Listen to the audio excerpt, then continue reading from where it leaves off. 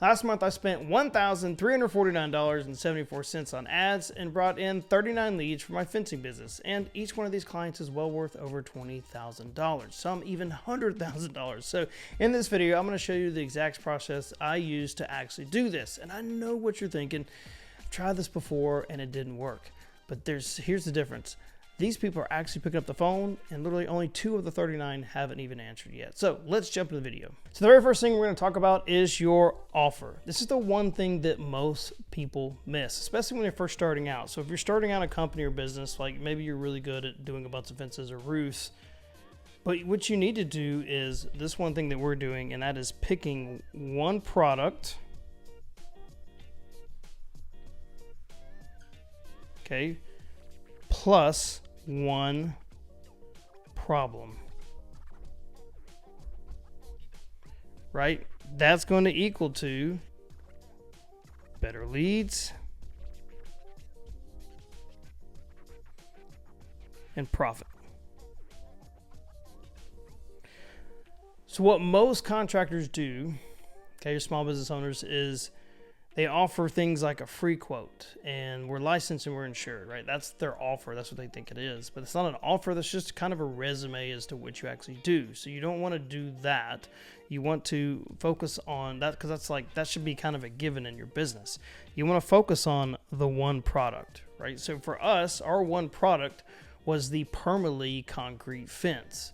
Now, to be transparent and fair, our client, we've run marketing and ads for those for the past 3 or 4 years. We know it works, but that being said, we know it solves one big problem, and we know somebody that can install the fence for us as we're getting this company started. So we automatically know that, hey, this one fence, this one product, right, is going to help us solve one big problem.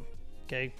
So now that we've done the one product, one problem, we can go after people that are worth $20,000 plus on fence jobs. Matter of fact, we've quoted out a $99,000 fence job, even a $200,000 fence job in the past 3 weeks, because these people have large properties, but they have animals, they have money, they have a huge problem of them getting out. They're always constantly having to replace boards, right? So we're just focused on using this product to solve this problem, okay? And what the best part is, when we're closing these $20,000, $30,000, $40,000, $50,000 jobs, you only need, 2 to 3 jobs a month, and you've got $1 million fence company already. So just think about that. So even with the quality of leads and quantity of leads that come in, you still have a 7-figure company with around what will be around 50% profit margins, which is massive. Okay, that's huge for these big projects, and that's a big deal. Okay, so make sure that you are, one, focusing on one product in your Facebook ad and one problem in your Facebook ad. All right, so if you're a roofing contractor, maybe focus on GAF shingles or CertainTeed. Or if you're a fence contractor, just focus on a vinyl fence or a wood fence or one type of aluminum fence for your pool. Focus on one thing in your offer, and that's going to help you drive better leads, okay, just mess that up, and more profit. Now let's talk about why most contractors' ads fail and why, well, ours didn't. So number one, we address 3 different things that most contractors don't do. That's 1, we talk about the pain the customer is experiencing. 2, we talk about the solution, how to solve that problem, that pain, right? And 3, we give them a super simple call to action on how to get a hold of us. That's it. That's the easiest formula you can have to have a winning Facebook ad.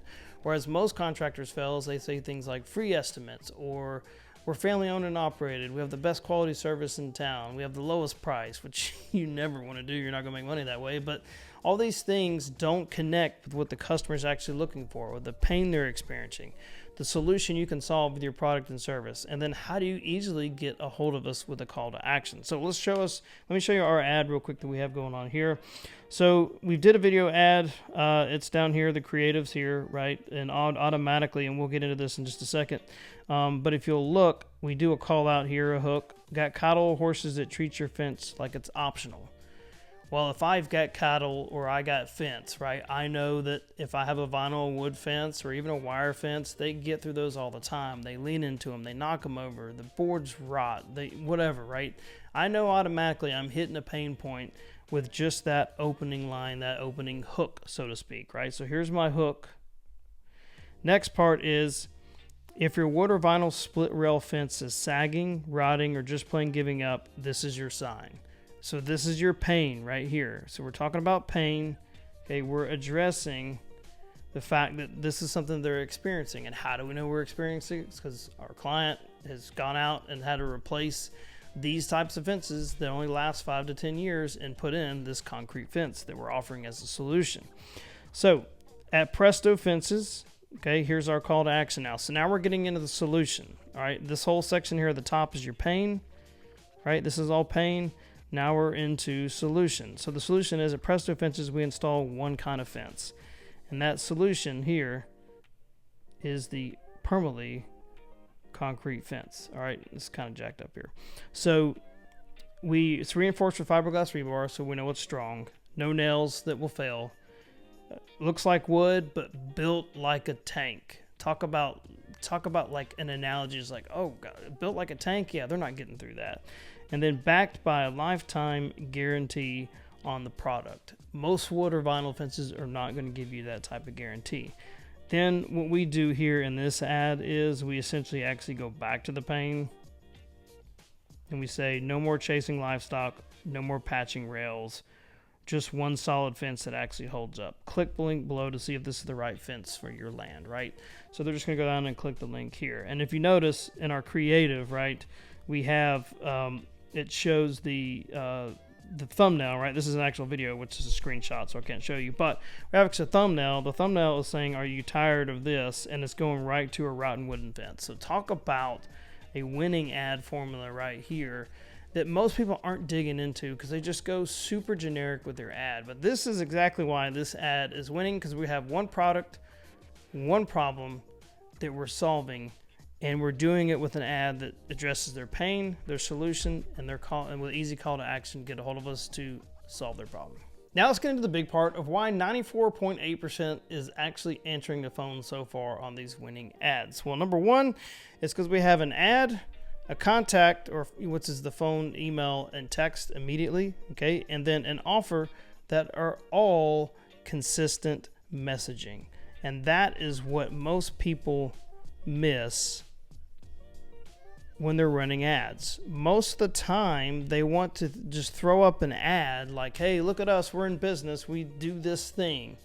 But they don't think about what is my problem solving with the ad to attract the kind of people that I want. And then when I call them, do I ask questions and not pitch them the product or service immediately over the phone? Like, for instance, when we call them, we have a set of questions that we need to understand before we say, hey, this would be a good fit for your property. Let's go a little step further.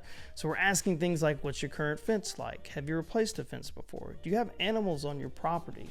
Do you have large tractors that need to go through? Do you need gates? What are you thinking about this? How are you going to use it in your driveway or entranceway? All these are questions to dig deep into understanding what they actually really need, because this may not be the fence for them, right? Once again, this is why it makes it so easy to be consistent with your messaging and your offer, because you can be like, instead of trying to offer them multiple different type solutions, you can just find the people that you know will easily say yes, because your ad, your contact, your offer is all consistent, and you're going to attract better leads and, of course, get more closed jobs. And on top of that, these people are going to feel like they are heard.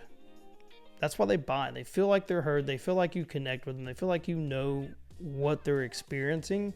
And then that's why they're going to want to buy from you, or at least buy your one product or service, right? So make sure that when you are doing these ads, okay, and you're following up, think about what your ad says, what your email says, what your follow-up text message says, and what your phone call is like for qualifying before to go with your offer before you ever launch any ad whatsoever. And then just be prepared to track and tweak each step of the way.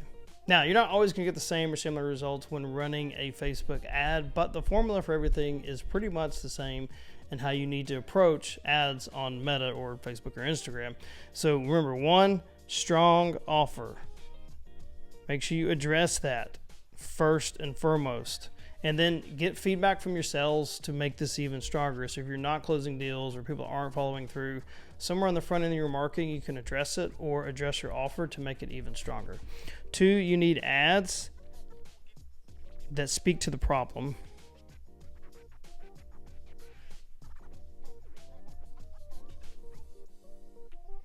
Okay.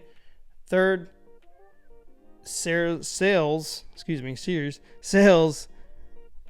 that solve problems. Okay, not push. Okay, you're not pushing a solution on somebody. And then the last part, obviously, follow up.